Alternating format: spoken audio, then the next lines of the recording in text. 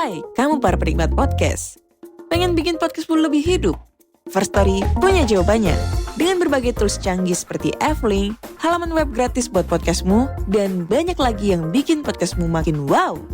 Plus, First Story Ads bisa kasih kamu cuan dari setiap place di podcastmu. Gak ragu lagi, yuk join di firststory.me. Sekali lagi, klik di firststory.me dan jadi bagian dari revolusi podcast di Indonesia.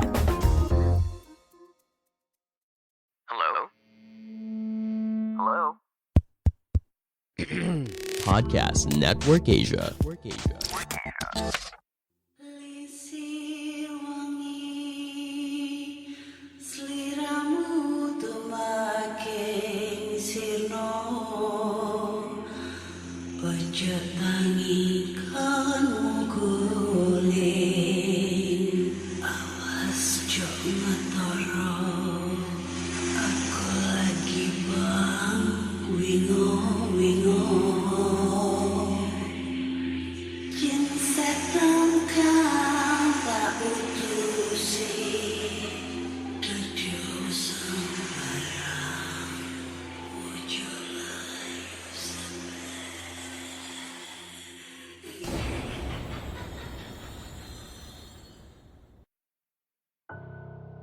Hai Rek, iya apa kabar? Ketemu lagi dengan aku si Ana di podcast Kisah Horor. Kita bertemu di episode ke-230-an. Dan di episode kali ini aku akan membacakan cerita horor ataupun email berhantu yang sudah dikirimkan teman-teman melalui podcast kisahhoror@gmail.com atau DM Instagram podcast Kisah Horor serta Google Form yang linknya tersedia di bio Instagram podcast Kisah Horor. Kemarin tuh banyak banget ya yang nge-DM aku. Waduh. Ada sekitar 8 sampai 10 orang, ada yang belum aku buka sih. Jadi kebanyakan dari mereka adalah berkomentar tentang cerita terakhir kemarin yang judulnya Om Misterius. Ada yang komentar gini. Karena lama-lama tambah ngelunjak, mulutnya gak bisa dijaga, ngata-ngatain orang gitu. Terus yang kedua netizen bilang gini. Hostnya gak sopan atau apa, gue lupa gitu kan. Terus yang ketiga banyak banget yang komentar akhirnya Kana comeback gitu kan. Bacotannya udah kembali nih, gue suka gitu. Jadi mayoritas itu kebanyakan tuh dari pendengar itu banyak yang ini. Mereka suka kalau aku suka ngebacot ataupun berkomentar pedes nih sama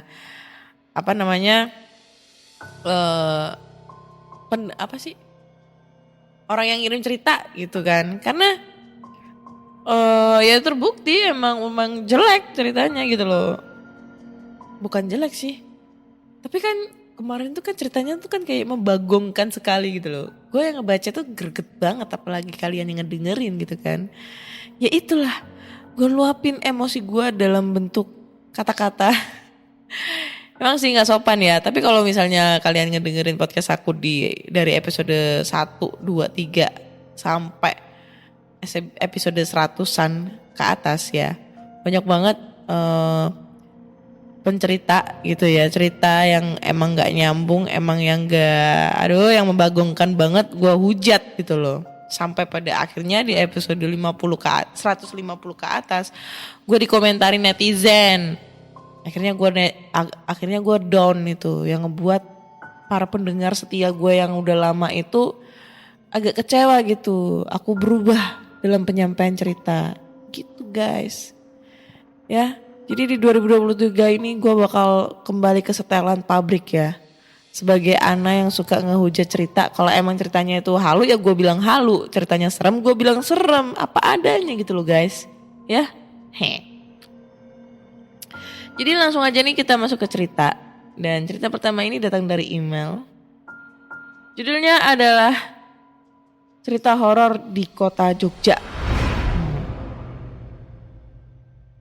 Hai Kak Ana, kali ini aku mau share beberapa kisah misterius dan bikin bulu kuduk merinding yang aku alamin selama kuliah dan ngekos di kota Jogja. Sengaja beberapa tempat dan orang yang terlibat di dalamnya aku jaga kerahasiaan atas dasar menghargai privasi. Jadi yang pertama itu suara gamelan di dini hari. Malam itu, malam Jumat yang besoknya ada libur nasional. Aku lupa libur apaan.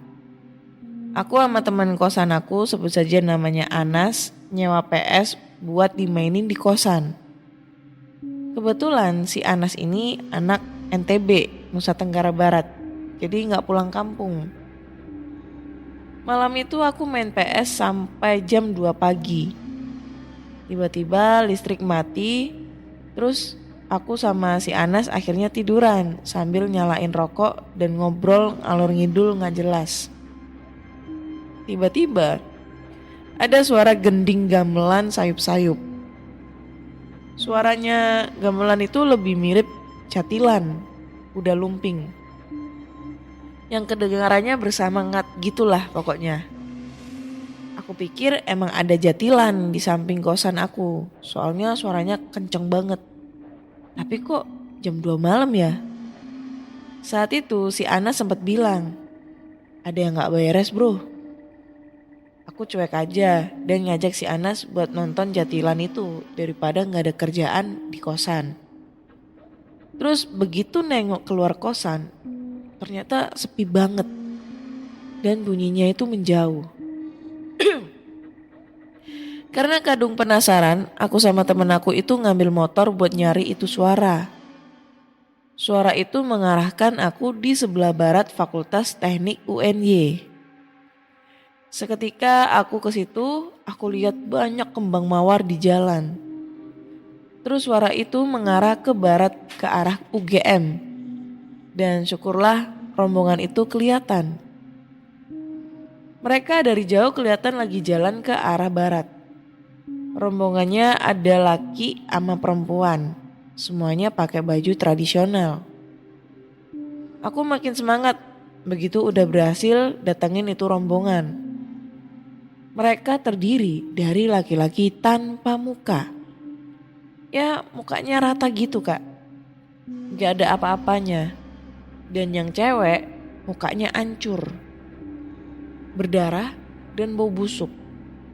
Kayak muka di forum disturbing picture yang korban kecelakaan. Aku sama si Anas langsung cabut, ngebut, yang penting pergi dari tempat itu.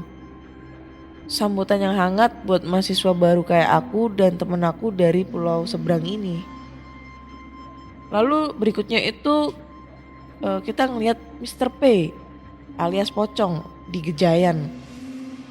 Nah kejadiannya itu terjadi di akhir 2011. Waktu aku ngontrak sama temen aku di daerah Condong Catur. Waktu itu aku sama temen aku sebut saja Rian habis nonton konser musik di lapangan Kridosono. Setelah selesai pulang dari konser, aku sempet nongkrong di Burjoan daerah Sanata Dharma. Sampai waktu nunjukin jam 1:30. Lalu aku mutusin buat balik ke kontrakan sebelum mata gak kuat diajak naik motor. Apalagi lampu motor aku agak biarpet waktu itu. Awalnya perjalanan biasa aja. Sampai 1-2 kendaraan yang lewat. Padahal biasanya jam segitu pun Jogja masih rame. Tiba-tiba si Rian nyeletuk. Mandek cuk. Kayak ngarep ono opo putih-putih. Ngedek. Apa nih? Oh ngadek neng tengah dalan. Yang artinya berhenti cuk. Itu di depan apaan putih-putih berdiri di tengah jalan. Aku sontak ngerem motor dan jarak aku sama sosok putih itu sekitar 20 meteran. Jelas banget aku ngelihat bungkusan putih itu berdiri di tengah jalan. Gak tahu apa yang terlintas di otak aku masih tancap gas dan niat buat nabrak tuh pocong. Semakin dekat semakin jelas, tapi aku gak peduli. Dan ketika jarak tinggal semeter, tuh pocong langsung terbang naik dan menyisakan bau semacam daging busuk. Aku sama teman aku merinding gak habis-habis. Sampai lampu merah gejayan, aku terobos tuh. Jujur kejadian itu bikin aku trauma. Sambil nulis cerita ini aku aja tetap merinding disco. Lalu yang berikutnya itu kak, ada kejadian horor di kontrakan di Jalan Kaliurang. Nah ini kejadiannya aku lupa tuh antara 2012 atau 2013. Kontrakan temen aku yang kuliah di UII. Kebetulan kontrakannya gak jauh dari kampusnya. Arahnya dari UII ke timur, aku gak tahu nama daerahnya apa. Jadi suatu hari temen aku cerita kalau kontrakannya banyak penunggunya. Aku penasaran sama ceritanya, soalnya temen aku satu ini suka ngibul. Kontrakannya itu model rumah Jawa lawas. Mungkin bangunan sekitar tahun 50-an, kalau menurut gayanya. Belakang kontrakan sawah, depan dan sampingnya pekarangan, dan ada semacam parit kecil. Temen aku ngontrak tuh rumah bertiga, padahal ada 4 kamar. Konon kata temen aku dulunya mereka berempat, tapi temen yang satunya gak jadi ngontrak, karena gak betah digangguin sama penunggunya. Malam itu aku nekatin buat numpang tidur di sana. Awalnya aku sama temen aku cuma ngopi, ngerokok sambil main gitar aja di teras rumah itu. Karena banyak nyamuk, masuklah aku. Kebetulan teman aku yang satu ada acara himpunan mahasiswa di Kulon Progo. Jadi aku cuma bertiga di rumah itu. Malam semakin larut dan 2 temen aku ini gak mempan sama kopi. Mereka udah ngorok dengan indahnya. Aku duduk sendiri sambil mainan laptop temen aku. Kebetulan lampu di rumah itu udah mati semua. Tiba-tiba ada suara grudak-gruduk dari arah dapur. Karena aku sangka tikus, ya udah aku diemin aja. Tapi tiba-tiba bau melati itu semerbak kecium di semua ruangan. Aku ngerasa ada yang gak beres. Bulu kuduk mulai naik. Aku intip ke dapur, ternyata ada 2 bocah kepala plontos lagi mainan air di wastafel. Kepala plontos, matanya merah, dan mereka punya semacam tanduk kecil. Aku langsung balik kanan, balik ke ruang tamu. Aku bangunin temen aku dan ternyata temen aku udah beda. Minggat kowe, aku ora ikhlas kowe manggon yang ngomake nih. Dia kerasukan dan seketika situasi berubah mencekam. Aku bangunin temen aku yang satunya dan kami berdua gak tahu mau ngapain nih. Temen aku ini nyoba baca ayat-ayat dan doa-doa supaya tuh demit bisa keluar. Aku semakin bingung dan aku tampol tuh temen aku sampai bangun. Entah karena demitnya kesakitan atau apa, temen aku tiba-tiba sadar. Lalu yang berikutnya itu hantu jembatan merah. Nah, jembatan yang aku maksud adalah jembatan yang di sebelah barat terminal Jombor itu. Aku gak tahu tuh kali apaan. Tapi waktu itu aku dari arah Monjali mau ke jalan kabupaten via Ring Road Utara. Malam itu udah mau tengah malam dan gerimis ringan. Tiba-tiba aku baru sadar kalau dompet sama HP aku ketinggalan di Monjali. Aku muter tuh, tapi udah terlanjur ngelewatin perempatan flyover Jombor. Akhirnya aku nemuin jembatan yang kalau kita lewat bawah jembatan itu bisa muter balik ke arah Monjali. Oke, gue tahu nih jembatannya. Lewatlah aku di bawah jembatan itu. Kondisinya gelap, cuma ada 1 lampu. Suara air di kali yang udah mulai banjir kedengeran banget. Samar-samar di bawah jembatan aku lihat cewek pakai baju merah panjang dan rambut panjang tergerai. Sumpah kak, Aku pikir itu banci. Secara dari situ kan banyak bancinya. Aku udah shock mau ketemu banci. Ternyata setelah lewat tuh, ceweknya itu manggil namaku. Aneh dong, kok dia tahu nama aku? Aku balik deh, dan tiba-tiba badan aku tuh beku dan motor aku mendadak mogok. Tuh cewek mukanya meleleh, kulitnya copot dari mukanya. Cuma nyisain daging sama bola mata yang merah penuh darah. Aku nyoba teriak tapi gak keluar suara. Tiba-tiba aku lihat ada orang lain yang lewat bawah jembatan itu naik motor. Waktu orang itu lihat aku di atas motor dengan keringat sekujur badan dan keluar air mata, tuh orang berhenti. "Kenapa mas?" tanya dia. "Gak apa-apa kak," jawab aku. Dia diem bentar dan bilang, "Makanya istighfar mas dan ngucap salam kalau lewat sini.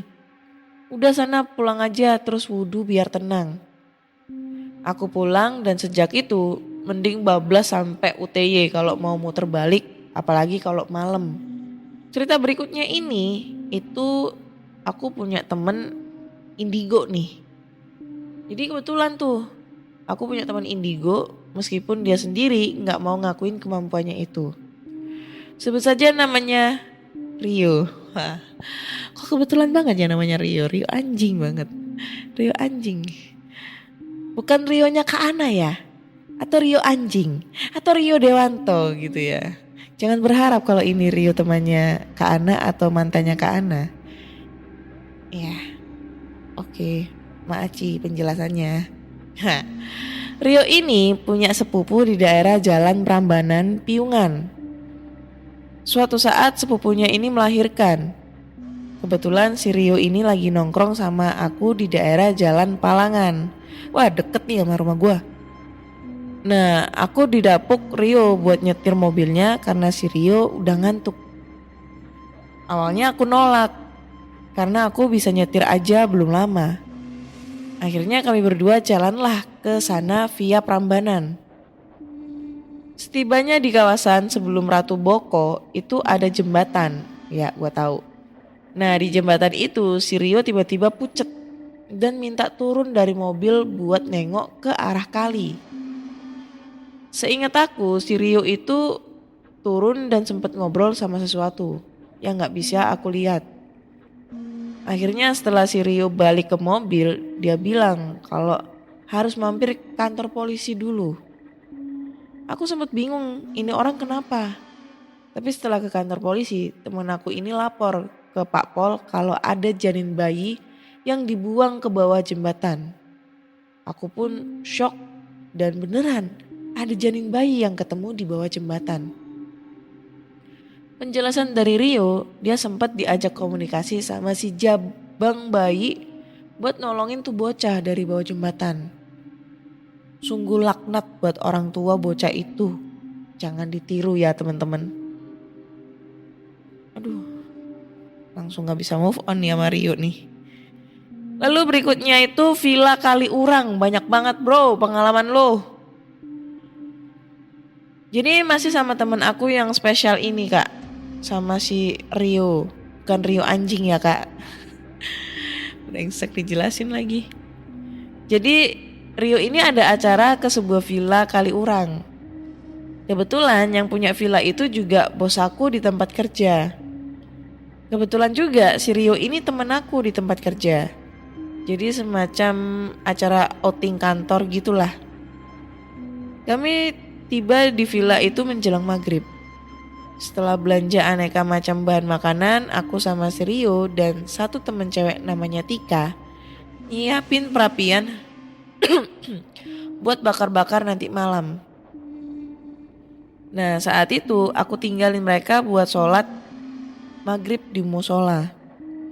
Jadilah si Rio dan Tika yang kebetulan beragama Kristen nyiapin arena berbakaran berdua. Sekembalinya aku dari musola, si Tika udah histeris bukan kepalang. Dia kesurupan. Aku ikutan panik soalnya si Tika udah megang pisau dan nodongin ke Rio. Keluar kamu kalau berani. Jangan ngambil raga orang sembarangan, gertak Rio. Seketika Tika langsung jatuh lemes dan Rio mulai bergumul sama makhluk yang aku gak bisa lihat.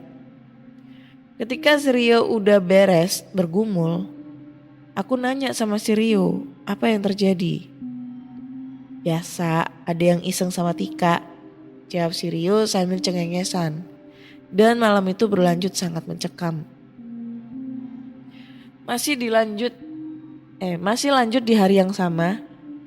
Setelah anak-anak kantor main game dan nyanyi-nyanyi, giliran aku sama beberapa temen yang gak bisa tidur dan kita nongkrong di sebuah lorong yang lumayan spooky. Malam itu ada 4 gundul yang belum bisa tidur.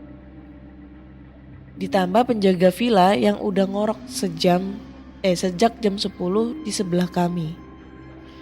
Tiba-tiba di ujung lorong ada cewek pakai baju putih panjang jalan seliweran.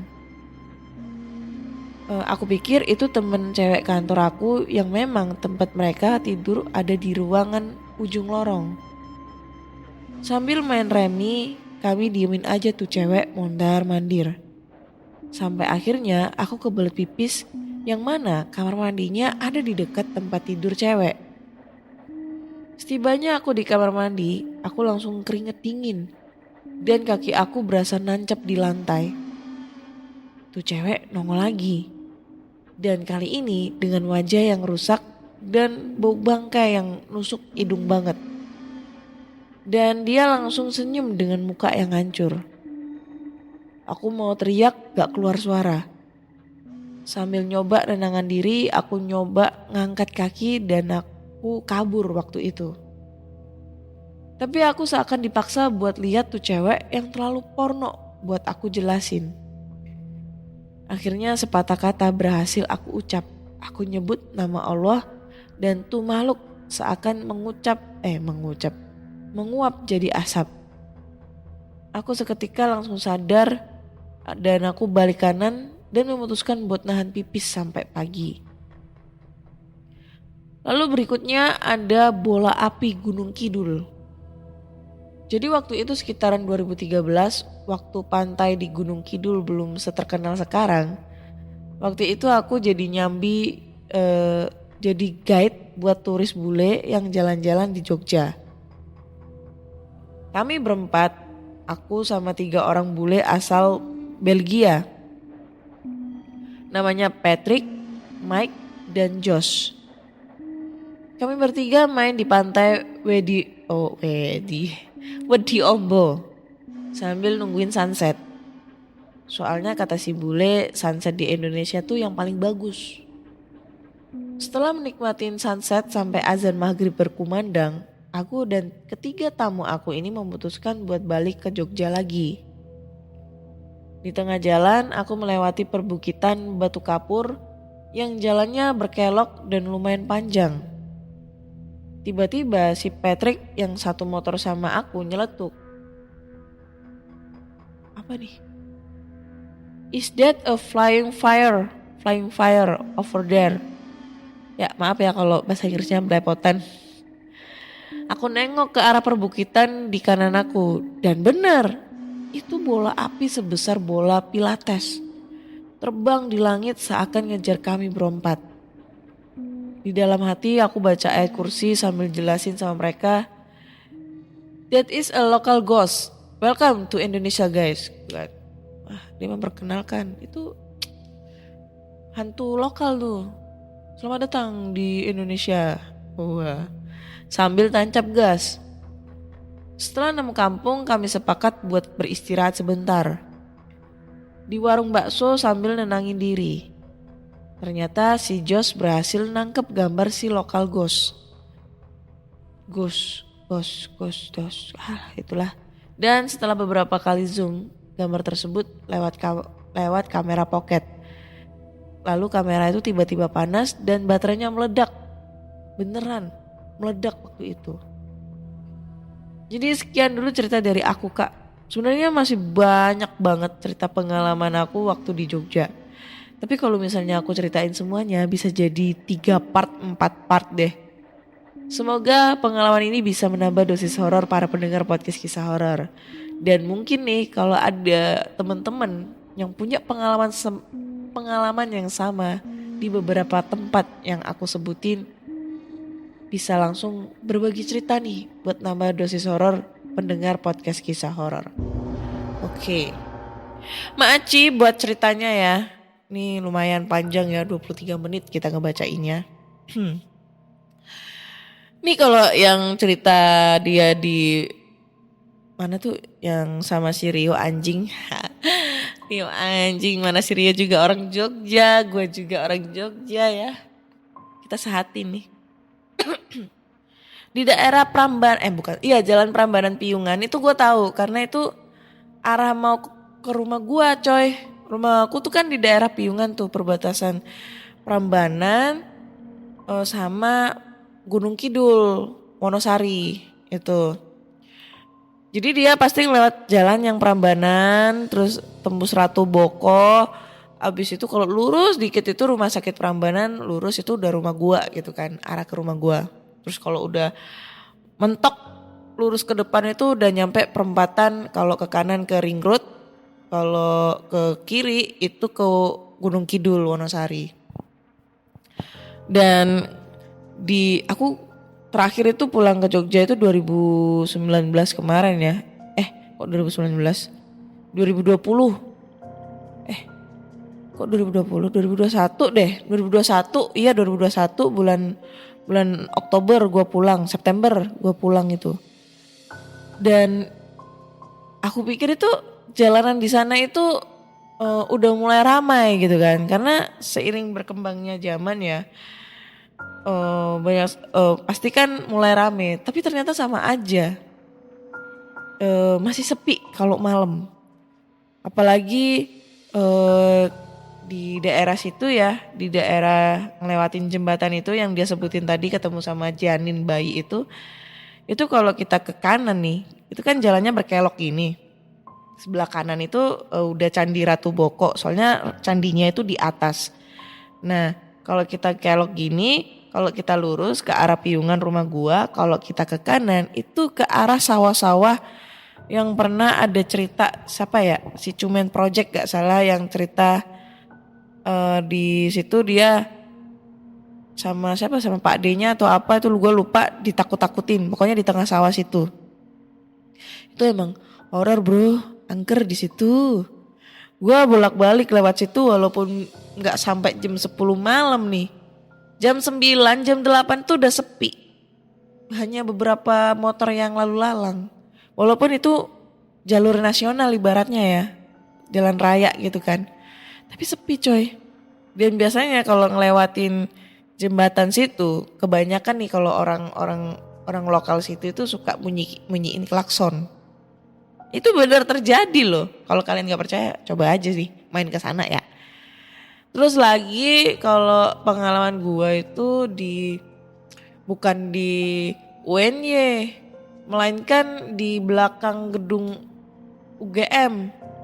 Jadi kan gue pernah tuh nongkrong, pokoknya gue tuh kayak nyasar gitu lah. Waktu itu gue pergi sendiri gitu, naik motor sendirian, nongkrong gitu kan.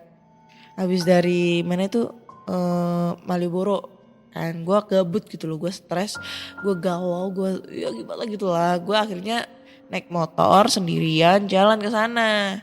Nah karena gue belum begitu hafal dari arah rumah gue Piungan ke Malioboro, gue pakai Google Maps gitu kan. Pertama kan lewat itu ring road barat atau mana tuh ya, yang lewat arah Piungan. Kalau ke kiri itu ke Terminal Giwangan, kalau ke kanan itu ke Maguwo, ya kan, ke AAU. Nah itu di Akademi Angkatan Udara tuh. Nah itu terus nggak tahu kenapa Google Maps-nya itu kayak nyasar-nyasarin ke belakang gedung UGM. Gue lupa itu fakultas apa, tapi luas banget, sumpah luas banget ya UGM itu. Terus komplek-kompleknya itu sepi ternyata. Itu sekitar jam setengah 11 atau jam setengah 10, gue lupa. Pokoknya malam udah mulai sepi. Nah, waktu gue lewat-lewat situ karena gue itu orangnya skeptis ya. Gue orangnya belum bisa ngelihat hal-hal seperti itu. Cuma gue kayak ngerasa setiap gue jalan itu kayak ada yang ngikutin, kayak ada yang merhatiin. Pokoknya ada yang ngikutin dari belakang. Padahal di belakang itu gak ada motor, gak ada kendaraan apapun gitu loh. Sepi, cuma gue sendiri. Beneran gue gak bohong kalau kalian gak percaya. Kalau nggak tahu ya kalau sekarang ya udah rame ya. Kalau itu gue tahun berapa ya? Tahun 2015-an apa 2016, 15 atau 14 gitu loh. Waktu gue gabut gitu pulang ke Jogja itu kan. Nah itu sepi banget coy. Terus serem gitu. Itu kompleknya juga kalau malam itu udah ya pokoknya tuh deket sama kompleknya dosen-dosen. Rumah dosen, rumah dinas dosen di situ. Itu sumpah serem banget. Katanya sih banyak banget penunggu-penunggunya. Karena di komplek tersebut itu kan banyak rumah dinas dosen yang masih kosong-kosong tuh.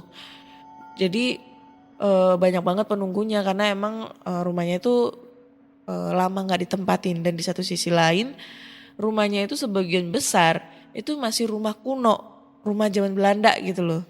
Jadi kebayang ya horornya kayak gimana. Kayak gitu sih kalau pengalaman gue di Jogja. Maksudnya pengalaman horor gue selama di Jogja loh ya. Ngelewatin jalan-jalan gitu. Tapi kalau yang di Wonosari itu beneran bro. Arah Gunung Kidul itu kalau kita naik ke atas. Itu jalannya sepi banget. Apa ya.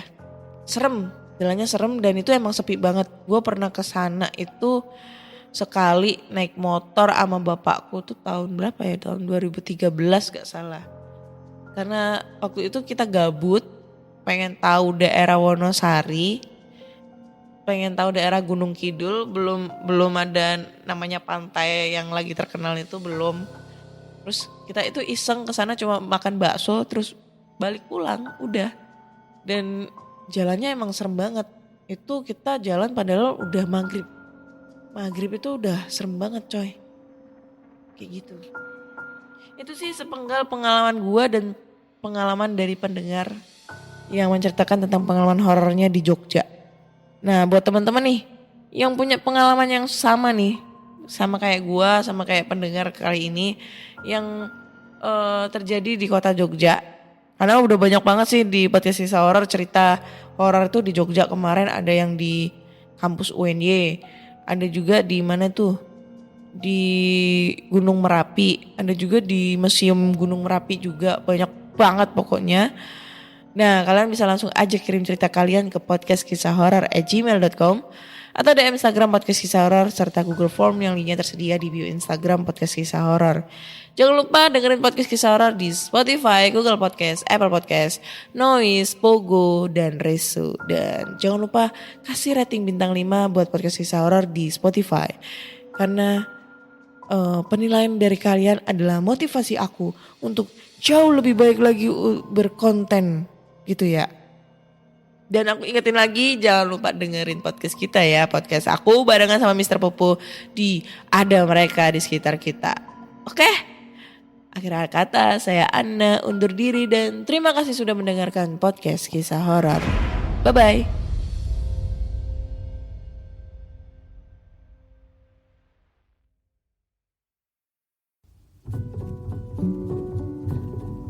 Pandangan dan opini yang disampaikan oleh kreator podcast, host, dan tamu tidak mencerminkan kebijakan resmi dan bagian dari Podcast Network Asia. Setiap konten yang disampaikan mereka di dalam podcast adalah opini mereka sendiri dan tidak bermaksud untuk merugikan agama, grup etnik, perkumpulan, organisasi, perusahaan, perorangan, atau siapapun dan apapun.